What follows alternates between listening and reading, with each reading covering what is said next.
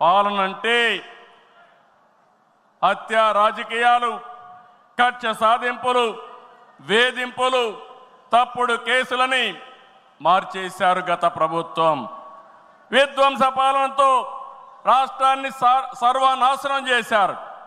దీన్ని ప్రశ్నించిన తెలుగుదేశం కార్యకర్తల్ని, నాయకుల్ని ప్రాణాలు తీశారు, వేటాడారు, వెంటాడారు, అక్రమ కేసులు పెట్టి అరెస్టులు చేశారు. కానీ ఒక్క వ్యక్తి కూడా ఎత్తిన జెండా దించకుండా పోరాటం చేసిన మిమ్మల్ని మనస్ఫూర్తిగా అభినందిస్తున్నా. ప్రశ్నించే వారి గొంతు నొక్కడానికి గ్రామస్థాయి నేతల గొంతులు కోశారు. మన పసుపు సింహం, మన చంద్రయ్య పీకగోస్తుంటే కూడా జై తెలుగుదేశం అని ప్రాణం వదిలిపెట్టాడు.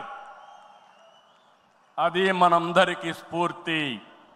ఆ స్ఫూర్తి ఈ పార్టీని నడిపిస్తుందని చెప్పి కూడా నేను మీకు తెలియజేస్తున్నా. ఇది ఒక్క ఉదాహరణ మాత్రమే. ఇలాంటి చాలా మంది కార్యకర్తలు ప్రాణ త్యాగాలు చేశారు. ఆశయ సాధన కోసం రాజీ లేని పోరాటాలు చేశారు. వారి స్ఫూర్తి తెలుగుదేశంలో శాశ్వతంగా ఉంటుందని చెప్పి కూడా నేను మీకు తెలియజేస్తున్నా.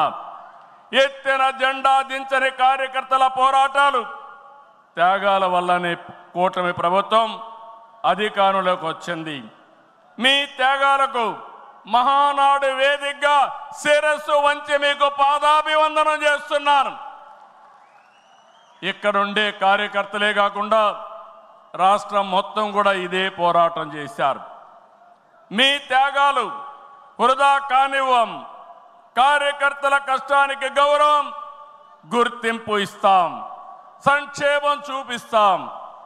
ఈ రాష్ట్రాన్ని దశ దిశ మార్చే కార్యక్రమాలకు శ్రీకారం చుడతాం.